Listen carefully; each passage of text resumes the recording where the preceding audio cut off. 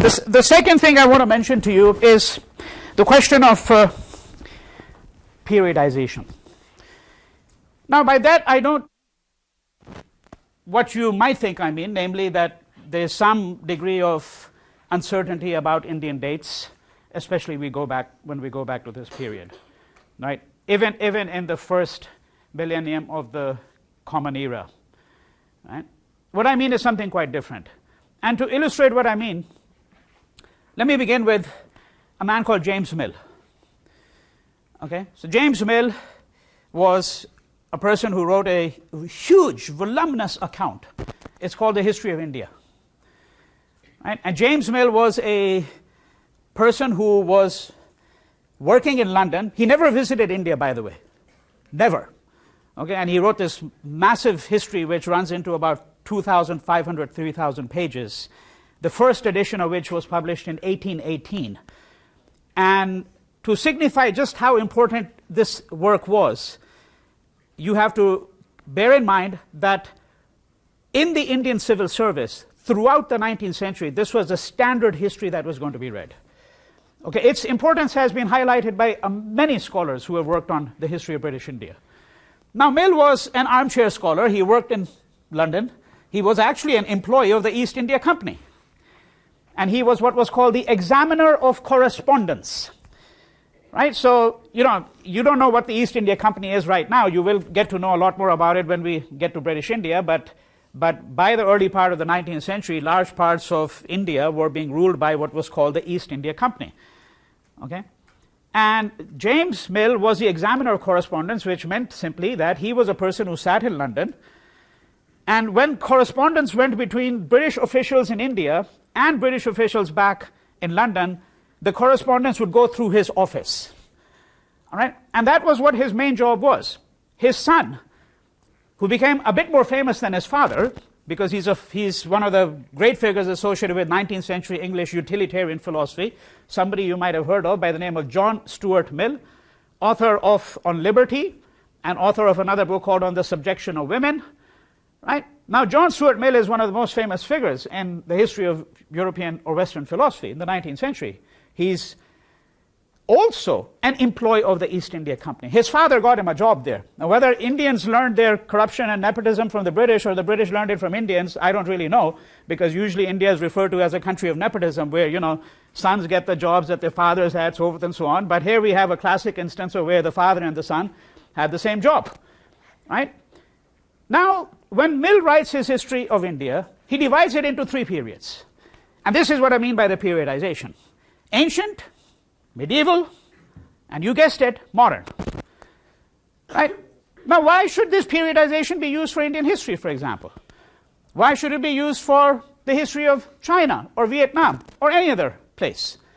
Right? So what we have is this periodization, but he actually gives these periods, he designates them by different names as well. So he says the ancient period is the Hindu period. The medieval period is the Mohammedan period, or the Muslim period.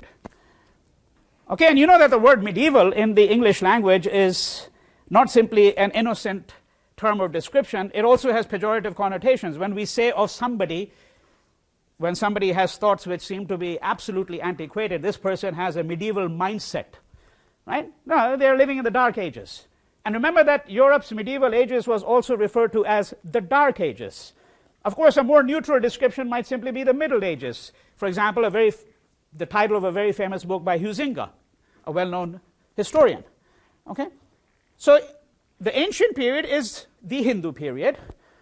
The medieval period is the Mohammedan period, according to James Mill. And then we get the modern period. Now, logically speaking, this should have been what?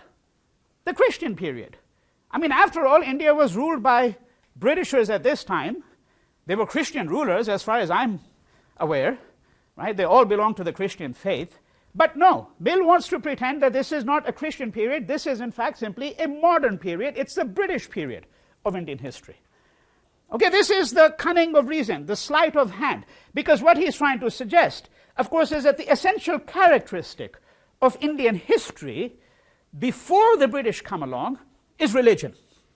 Right? So you can think of India as a landmass where there was something called Hinduism for a very long period of time, and that sort of dominated. And we know, incidentally, that that picture is quite inaccurate, because the dominant state religion, or the dominant religion which got the patronage of foreign kings, was Buddhism in the Gangetic Plains. Right? In the period from, let's say, roughly 200 BCE to 500, 600 of the Common Era, 700, Buddhism was the dominant religion, really. Right? Or certainly we can say one of the two dominant religions, if you want to take that kind of view. And one reason why Buddhism was a bit more attractive to foreign rulers, perhaps in Hinduism, was because it was not associated with the caste system. It didn't seem so complex and convoluted as Hinduism might have appeared to foreign rulers. Right? But what's interesting is that Mill simply adopted that periodization, ancient, medieval, modern. Right? And then secondly, there's this cunning of reason where he pretends that the modern period, which is really the Christian period, that is when he is writing, that in fact Christianity has nothing to do with English rule in India whatsoever. Okay? So now we have to be very cautious when we think about this periodization, and this is one reason why when we hear designations of the Dark Ages or the Middle Ages of Indian history, we have to be a little cautious about that. Right? Partly also because we're going to find that in fact many of the great developments, which I've already suggested to you in my two previous lectures, in fact took place during the so-called period when there was a lot of political instability. A lot of political instability from the time of the end of Ashoka's empire, right, until the Guptas, which is going to be from 320 to 550 AD. Okay, so that's a period of 500 years. But this is a period of great cultural dynamism, because this is when classical Hinduism is taking shape. This is when the Smritis are coming into their final form, and you've got obviously developments in mathematics and other areas such as logic.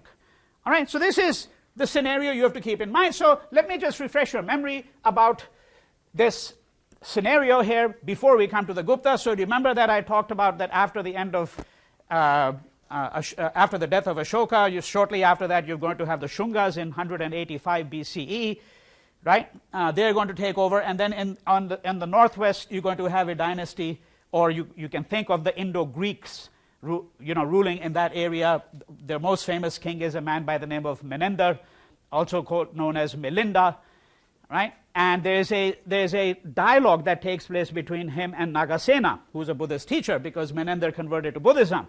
And the Buddhists, in fact, consider this equivalent to their great canonical works, the Questions of Milinda, which is a dialogue that takes place between the two. And the other great characteristic feature of that is the Gandhara sculpture, some of which you saw in the slides that I'd shown you, right, which is an amalgamation of Indo-Greek and Roman aesthetics. Right? That's what you have. Then you have the Indo-Greeks being succeeded by Central Asian dynasties, the Shakas.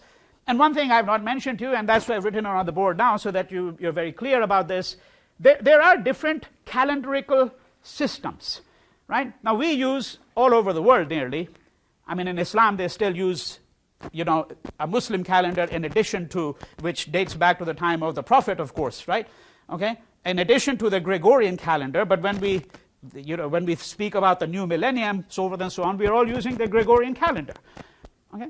Now there are different dating systems, and if you actually look at official Indian publications, they'll very often give you two dates, one of which will be the date that you know, which is based on the Gregorian calendar, and one is a date that dates to 78 AD. Okay? So actually there is one Indian calendrical system which commences in the year 58 BCE. It's known as the Vikrama period. We don't actually know who really that king was. It's not quite clear at this point in time. And then you have another calendrical system which has been adopted by the government of India in official documents, right, in addition to the Gregorian calendar, and that begins in the year 78 AD. And then you're going to have the Shakas succeeded by the Kushans. The most well-known of the Kushans kings is Kanishka. If you see that Michael Wood's DVD, which I had referred to you before, at least once or twice in passing in this class, especially at the outset, called The Story of India, right? So it's a 6-hour history of India made by this Englishman whose exuberance for India is extraordinary. It's almost infectious, actually, right? But nicely done, right? And one of the great charms of this narrative is that he actually gets into these kind of remoter periods, which the conventional histories would almost never do. So you have a king by the name of Kanishka, and just to give you an idea of the uncertainty about the dates, some people think that, in fact, right, that he might go back to at least 78 BCE, although I think the current dating accepts a date for him which is 120 to 144 AD or CE, so nearly 200 years apart. And there have been at least 3 major Kushan conferences, 2 in London, 1 in the former Soviet Central Asia in 1968, where they tried to arrive at a dating which would be a bit more reliable, and this seems to be the more reliable dating. One of the things that to be noted about Kanishka is that we have magnificent gold coins that go back to the Kushan period, all the way until the Guptas. Okay, and the supposition is that, in fact, these mint masters might have been Roman, right? Because Roman coinage was actually quite well developed. Right? And in India, you don't really have well-developed coinage really before before the Kushans and the Indo-Greeks. Well, maybe you can go back to the Indo-Greeks. I mean, the good coinage really begins around that period of time. But before that, you don't really have very good coinage. Now, there are a couple of interesting things about Kanishka that I want to mention to you, because that lays the groundwork for our understanding of the Guptas. Right? And as I mentioned to you before, that there was a substantial trade going on between India and Rome. In fact, actually, one of the sources for that is the Roman historian Pliny. And this is what he says, just one line here, right? He says, there is no year in which India does not attract at least 50 million sesterces. That's Roman coins. All right? So he's actually giving you the huge volume of trade that is really going on at this point in time. Now, Kanishka is well known for a number of other things, one of which is that he convenes a Buddhist council. Okay? He convenes a Buddhist council, and the point of this Buddhist council was to try to, in fact, now arrive at some kind of Buddhist canon. Buddhist canon, because you got the teachings of the Buddha himself did not write, right, any text, as I mentioned to you before, and now several centuries have elapsed from the time of the Buddha's death.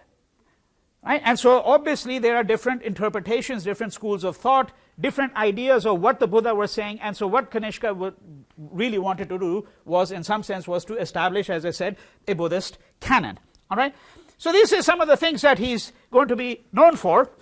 Now, the history thereafter, assuming that his dates are 120 to 144, okay, and now I'm not going to add AD because now we are already in the Common Era, right? So this is after the birth of Christ now, henceforth.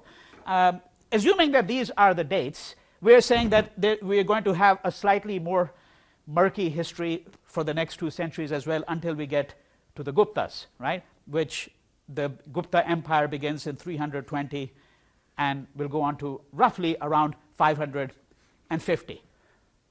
One more thing, finally, before we get to the Guptas. Now, I mentioned to you the Satavahanas. That's a dynasty in Western India, and these rock-cut caves, temples, rock-cut cave temples, right?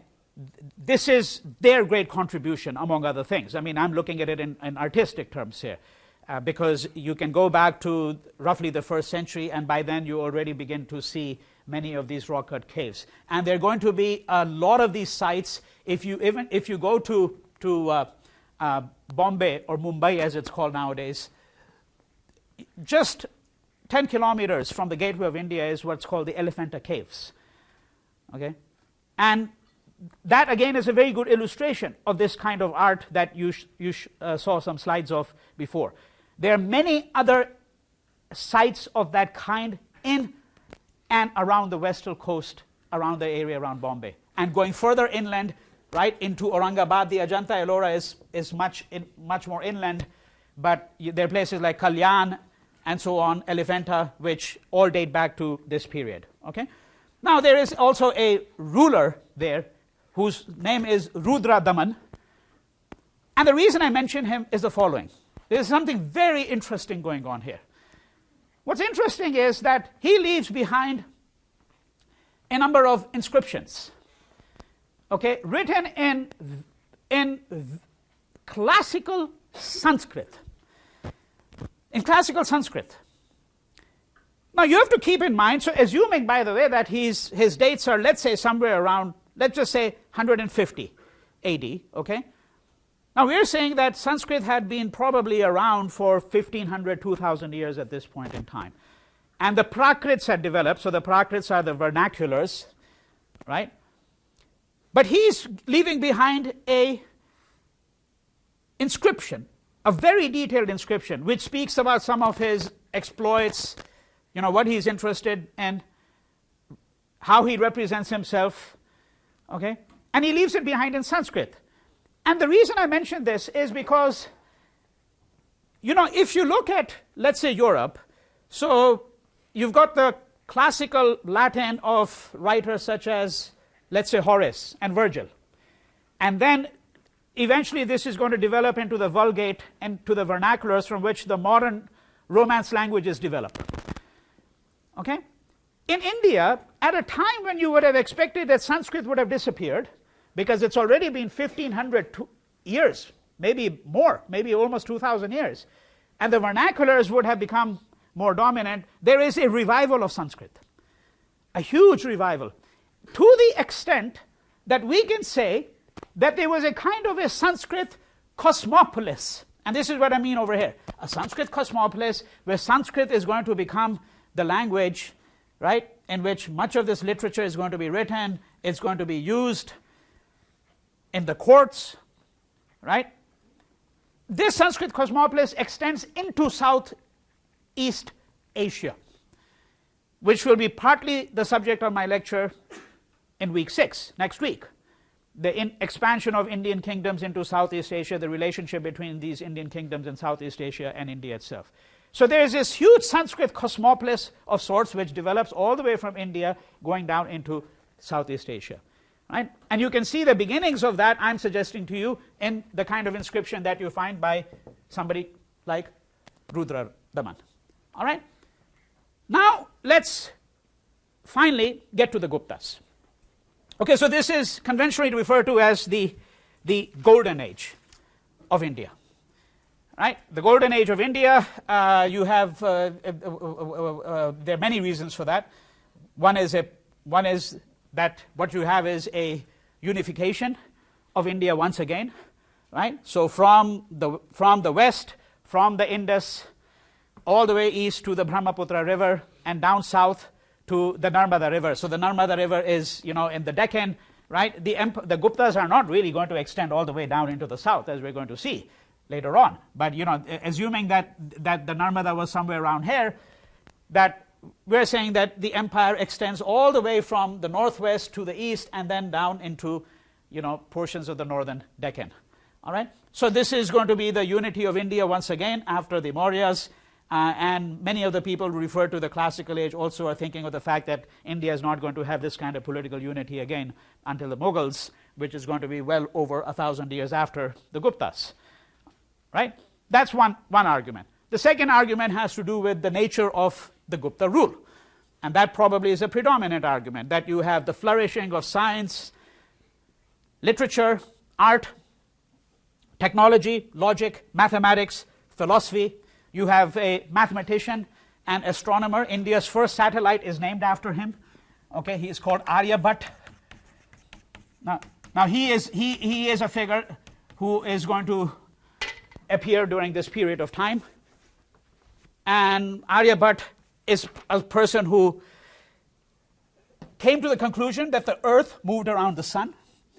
Okay, long before this conclusion was arrived at by somebody in Europe. Okay. He also, in fact, studies solar and lunar eclipses. Okay? And so on and so forth. I mean, you got all of these kinds of developments which are important. There is a manual of surgery which goes back to this period called the Sushruta Samhita. The game of chess, which I had mentioned to you as going back probably to the Mauryan period. I mean, some people have argued that it really takes its final shape during the Gupta period.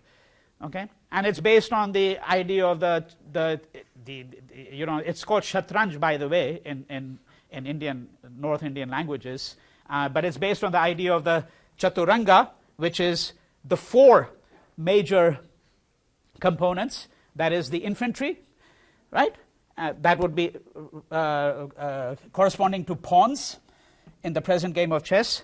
The cavalry, corresponding to the knight. Elephants, corresponding to the bishops. And the chariotry, okay, corresponding to the rook, okay, in modern day chess. So that's, in any case, the conclusion of those who have looked at this period much more carefully, that this really goes back to, that this shape that it takes, this final shape that it takes, goes back to around the time of the Gupta period. Now, the dynasty is going to commence with a man by the name of Sri Gupta. It's a little bit before. So, in fact, actually, the Gupta dynasty begins a little bit before, but he's a figure who's a little bit obscure. So, most historians tend to concentrate on Chandragupta I, right, rather than going back to some of the earlier origins. This man called Sri Gupta, as I mentioned to you, Chandragupta I reigns from 320 to 335. The most important thing here in his reign is, and something that is going to establish the pattern, if I may put it this way, okay, for much of Indian history in this period of time. And perhaps that was done before as well. And it's something that's common to European history as well, which is that you forge political alliances by marrying people in your family, marrying them off to people in other political families, right? And this is, by the way, an aspect of modern day politics as well. Okay? So what he's going to do is he's going to forge a marital alliance, all right, with a Magadan princess, a Lichavian princess. So Magadha, remember, was one of the great centers of the Mauryan Empire. So again, in the Gangaric plains over here, and you've got Patna over here, and you Magadha over here. Okay, so he's going to marry this woman. She comes from an aristocratic lineage. One of the things it helps him do is it gives his own lineage some credibility and respect, because the Guptas are of somewhat unknown origins. I mean, we don't really know much about their history, where they came from, who they were, right? So this is one of the advantages. You acquire acquire a kind of an aristocratic lineage, all right, and at the same time you gain credibility and respect. And this is essentially what he's going to do. And you're going to see a considerable expanse of the empire under Chandragupta I, but it's really going to be under the reign of his son Samudragupta, who reigns from 335 to 380. So it's a very long reign, one of the longest reigns that we have in Indian history, 45 years, right? And when people refer to the classical age of the Guptas, they're really referring to Samudragupta and his successor Chandragupta II. So I want to pause very briefly and look in a little bit more detail at what was happening in the time of Samudragupta. And this is when I was speaking about the empire extending from the northwest all the way to the Brahmaputra river in the east and down to the Narmada. This is during the time of Samudragupta. All right. Now we have an inscription, a very detailed inscription left behind by Samudragupta in Sanskrit. And one interesting thing is, it's actually on the Ashokan pillar. So you have Ashoka's inscription on that pillar. This pillar was found in Allahabad. Allahabad, again, is many of these places here, you can look it up on a map, is west over here. Okay, but again in the Gangaric plains. So it's found in Allahabad, in a fort that Akbar had built much later on. In fact, around 1800, it was found lying sort of on the dust, on the ground, and nobody knew what it was. And then it's going to be recovered, and people are going to start to look at the inscription and study it much more carefully, right? And you get a fairly good idea of what's really going on. For example, one of the things that the inscription mentions is the annexation by Samudragupta of about 20 kingdoms, okay, including the kingdom of Kanchipuram in South India. All right? So this is one way of knowing how far his kingdom had extended. It also brings in, again, South Indian history into the fold over here. So Kanchipuram is mentioned in one of the inscriptions, right? And as I said, he enumerates about 20 kingdoms that he has conquered. Now, going back to a comment I made before, I want to just dwell on that significance of it for just a moment. This inscription, as I mentioned to you, is actually found on a pillar that goes back to the period of Ashoka. Now, one of the things that Chandragupta is doing, and by the way, please don't confuse him with Chandragupta Maurya. There are quite a few Chandraguptas around here. So you have Chandragupta Maurya, but this is not Chandragupta Maurya, he's simply Chandragupta. Okay? So when you put the inscription on the Ashokan pillar, it's a way of gaining, okay, the cultural capital that you get from being associated with the Mauryas. I mean, it's a smart move on his part. He could have built another pillar and just simply put the inscription on that pillar. But he took the Ashokan pillar, okay, and then he adds his own inscription to it. The script is Brahmi, or Brahmi. That's a script. The language is Sanskrit, right? And so when I'm referring to the Sanskrit Cosmopolis, I'm referring in part, of course, to the flowering of Sanskrit during this period of time as well, right? And its expansion, right? Because it's got the backing, obviously, of the emperor himself, right? So this is one of the most significant things, is how a emperor attempts to gain legitimacy and acquire cultural capital, right? I don't know how many of you are entirely comfortable with or knowledgeable about the idea of cultural capital, but I just want to make sure that you understand what I mean by this. Okay, I mean, this is not just cultural capital, this is political capital too that he's acquiring. But the idea of cultural capital, well, the easiest way to describe cultural capital, the idea actually goes back to, I mean, it was most explicitly spelled out by a French sociologist by the name of Bourdieu, okay, Pierre Bourdieu. And what he says about cultural capital is, okay, let's look at it this way. For example, you're sitting in your home and you want to show to others how learned you are. So instead of having a Reader's Digest or a coffee table book on your coffee table, you have, let's say, works by Kant and Hegel. Okay? So when you get a visitor who's learned, they immediately see, this person, you know, the level of reading that this person does is something quite different. Because the cultural capital you acquire from being somebody who reads Kant and Hegel, you cannot get that from reading Reader's Digest or one of these magazines you get at, you know, Ralph's or Vaughn's at the checkout counter. Okay? You cannot acquire cultural capital through that. Or if, let's say, you are somebody, you know, an oil magnate. Okay? Well, you know, you would have noticed that many of the people who are extremely wealthy have large collections of paintings and other, you know, antiquities and art objects. And that's not necessarily because they're more knowledgeable about it, but A, you need something to spend your money on. And one of the things you can spend your money on if you're an oil magnate, right, is you go and buy a Picasso or an Andy Warhol or a Van Gogh, because that gives you cultural capital. All right? This is what cultural capital means. Now, this is what essentially he is doing, Chandragupta. Right? He's acquiring political legitimacy, but he's also, in some ways, acquiring cultural and political capital. All right? Now, the other reason why Samudragupta and the Guptas in general are exceedingly important is because one could argue that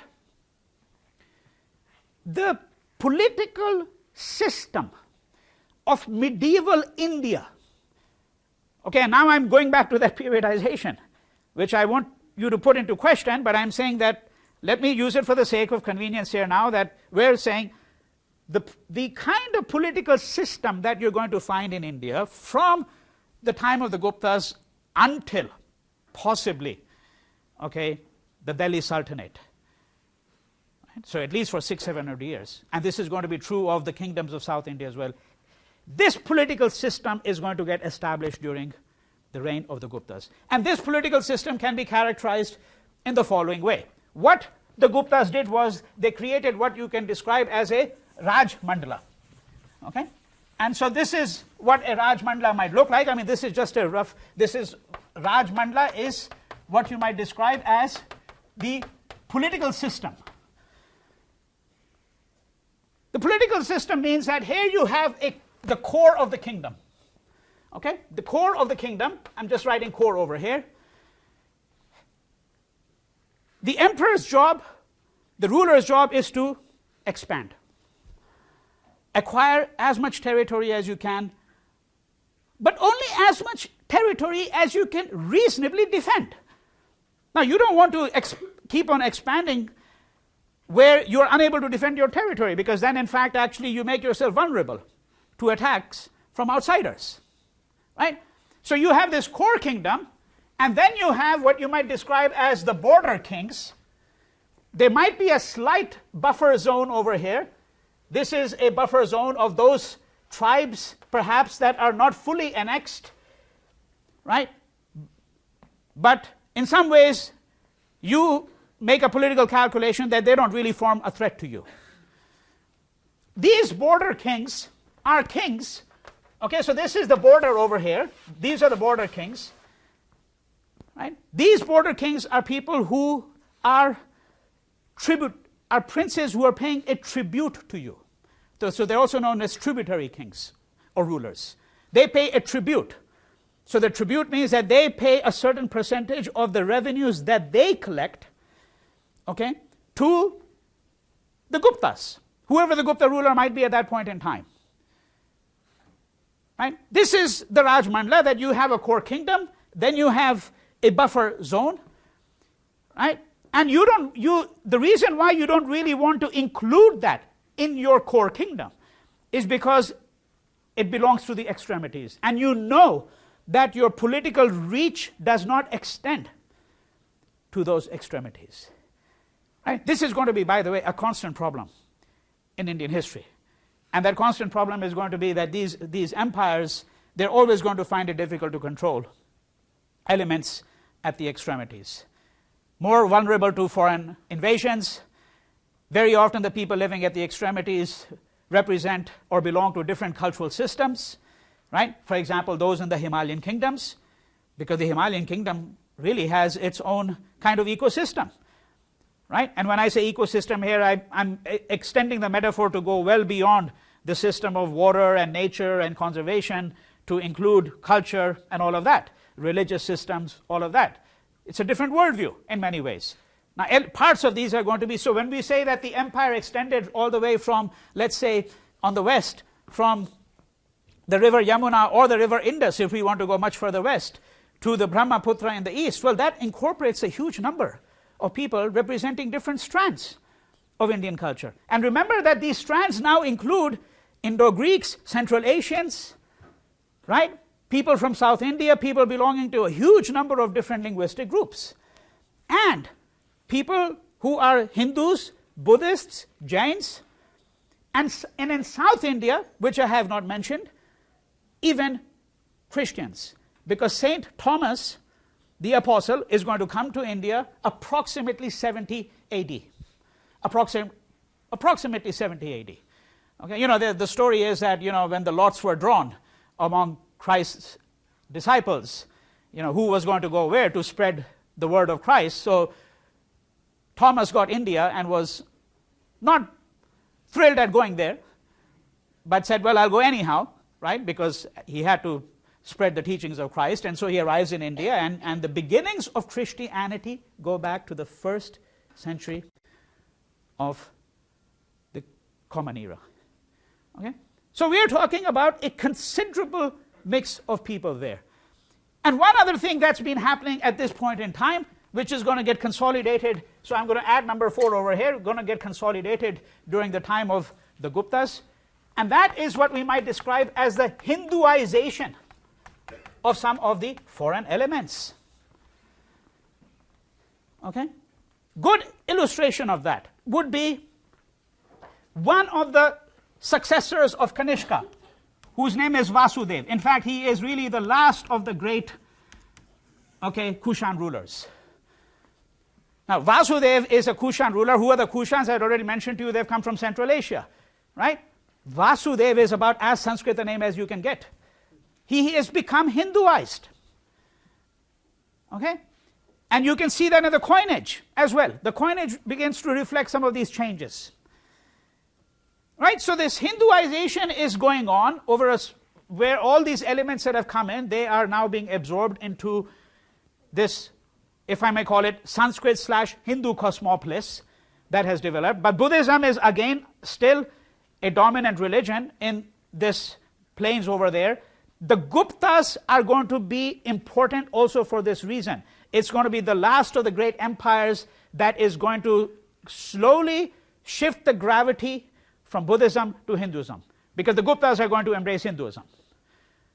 Okay, and we're going to see that the demise of Buddhism is going to begin roughly around this period of time, right?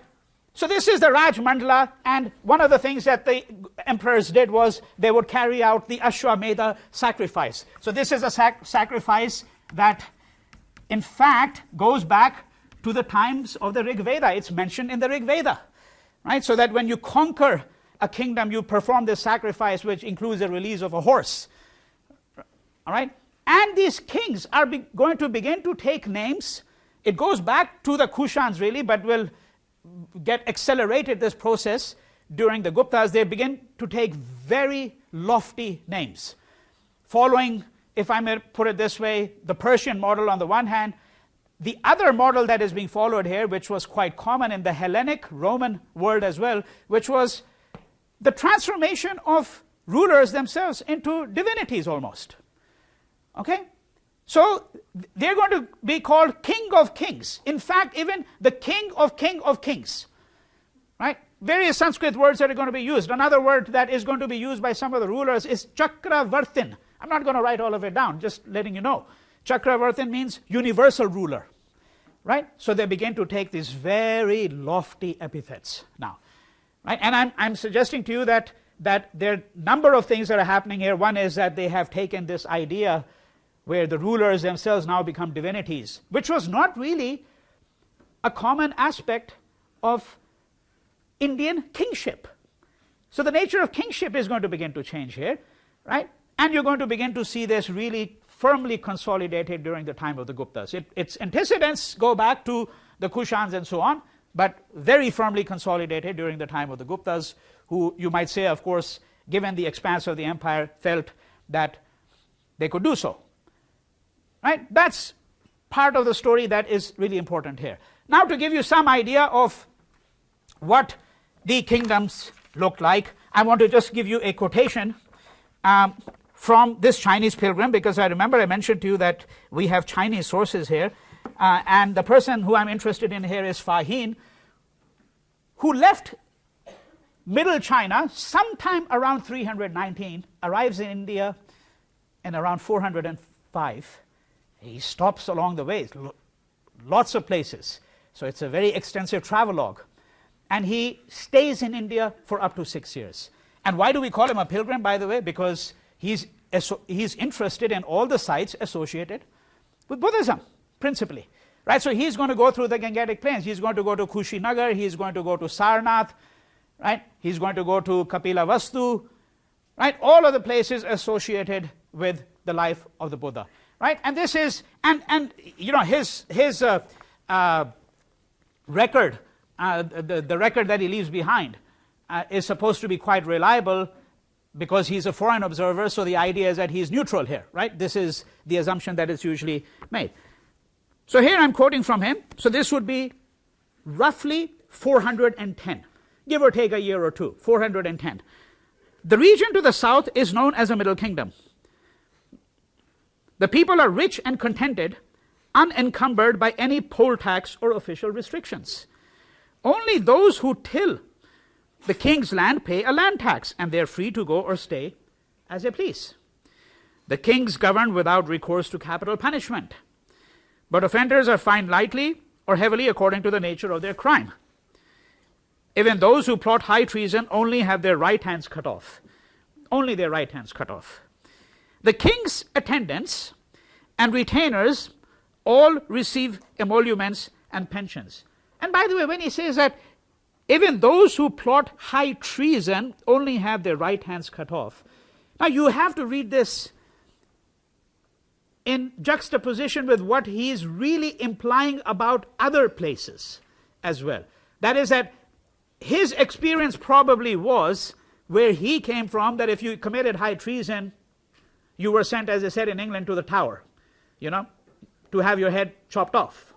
Right? But he's saying, well, actually under the Guptas, punishment seems to be pretty mild, because even for high treason you have only your right hands cut off. Right? And this might have been the effect of both Buddhism and the philosophy of non-violence. It's possible. He doesn't give an explanation for why this is the case. Right? So we would have to make that conjecture. I'm just going to finish this quote and then you can go. The king's attendants and retainers all receive emoluments and pensions. The people in this country kill no living creatures, drink no wine, and eat no onion or garlic. That's extraordinary, right? Because he's referring to people who are pure vegetarians. And one of the important things about vegetarianism is many people don't think of it that way. One of the many reasons you don't eat meat is because the smell of meat makes it impossible for you to smell other flavors. It's so strong. Okay? And that's why you don't eat onion or garlic. And that's true of Jains, for example, and pure people who eat a pure Vaishnava cuisine. Right? They kill no living creatures. So here's ahimsa, non-violence, mentioned in Buddha, in the Buddhist text by the Buddha, an important cardinal element of Jain philosophy, right? The single exception to this is the Chandalas, who are known as evil men and are segregated from the others. These are the low castes, the absolutely people at the absolute bottom, right? When they enter towns or markets, last quote here, they strike a piece of wood to announce their presence, so that others may know they're coming and avoid them. Right? This is where you have to now go back to Manu Smriti, the laws of Manu, where, and I think I mentioned this to you once before, that one of the passages in Manu even says that if a Brahmin even sees the shadow of a Shudra, it is enough to pollute him. Right? So Fa-hien seems to be suggesting that some form of the caste system has now become solidly entrenched into the social system.